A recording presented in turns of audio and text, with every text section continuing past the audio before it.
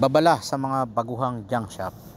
Yo, what's up mga kabubog, gandang araw at pa-vlog na naman tayo, So ang video ngang ito ay babala sa mga baguhang junk shop o mga may-ari ng junk shop na hindi nakakaalam ng babalang ito. Maging sa mga nagbebenta Kung makikita nyo mga kabubog, yung latang yan ay lata yan ng chemical at yan ay nabibilang din sa mga pintura isang klase ng pintura.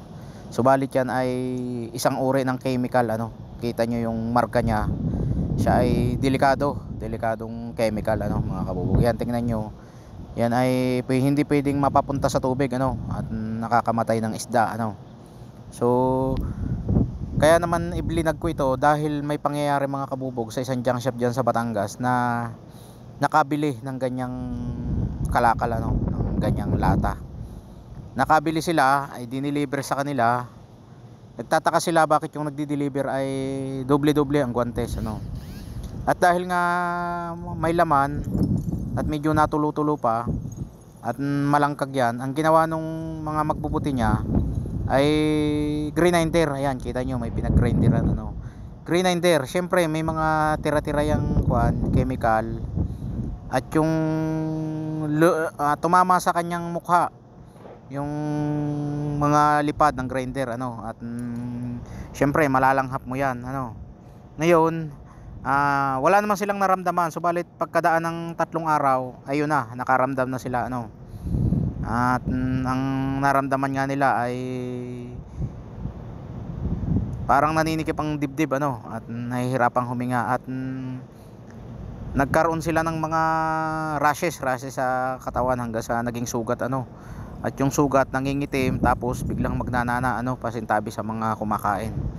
So ang nangyari ay na-ospital 4 na magbubuti yon, na-ospital at kausap nga natin yung katiwala ay talagang ipinagamot ng may-ari nung junk shop at yun nga niresitahan at umiinom na ng gamot, subalit hindi makapaghanap buhay kasi halos hindi nila maihawak yung kanilang mga kamay hindi sila makapaghanap buhay. Bali 4 sila, yun ang nangyari dyan. Kaya naman binababalaan natin yung ibang mga gustong pasukin ang negosyong junk shop at yung ibang hindi pa nakakaalam yung ganyan. Basta nakita nyong ang kalakal ay ganyan, delikado yan hanggat maaari ay wag lalapat sa inyong balat. Wag nyong gagrinderin kasi yung lipad niyan malalanghap, napakasama sa kalusugan niyan. Yan ay nabibilang sa tinatawag na hazardous waste mga kabubog. At kami nga nung bago ako kumuha ng permit ay naimbitahan sa City Hall sa Senro at isa yan sa seminar sa amin maghapon kami doon nagseminar mula alas 8 hanggang alas 5 ng hapon at bumayad kami ng 3,000 at napakarami naming natutunan doon itinuro yung ganyang isa yan, itinuro yung mga hazardous waste bawal na bawal yan makarating sa junk shop. Kung hindi man ay dapat safety first wag nating gagrinderin, wag nating hahawakan kasi ang nangyari diyan nung idinilibre sa kanila ay basa-basa pa tapos may mga laman-laman pa So okay lang sana kung nakasako na yan, ikinarga na lang, basta ang nangyari grinder, pinukpok, hinawakan, ayun ang nangyari diyan. Kaya nagkaganyan yan mga kabubog at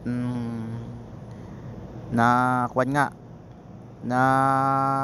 disgrasya yung mga tao hindi makapaghanap buhay.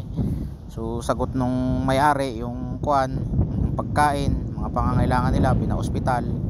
So napakalaking pinsala wag nating hintayin mangyari pa yan sa atin So sana nakapagbigay ako ng kaunting kaalaman impormasyon paki-like na rin, paki-follow, mag-comment din mag-subscribe sa YouTube at paki-follow na rin sa Facebook Kabubog Junk Shop Vlog.